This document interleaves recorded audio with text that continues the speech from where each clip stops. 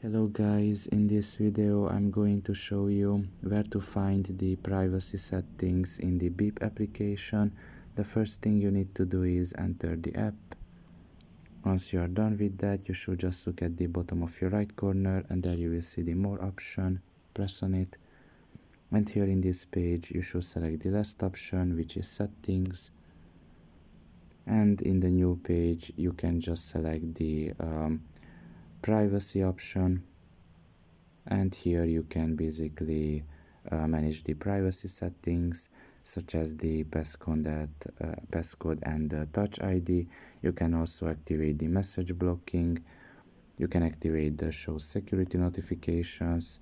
Of course, you can also deactivate them back again if you want, and you can also set the last seen and online, the profile photo, and the story privacy. You can just click on them and select basically what you want here, and if you want to, just you can go back and everything that you have just set will stay like that basically. So pretty much this is all about it. I hope this video was helpful to you. Thank you for listening and see you next time. Bye bye.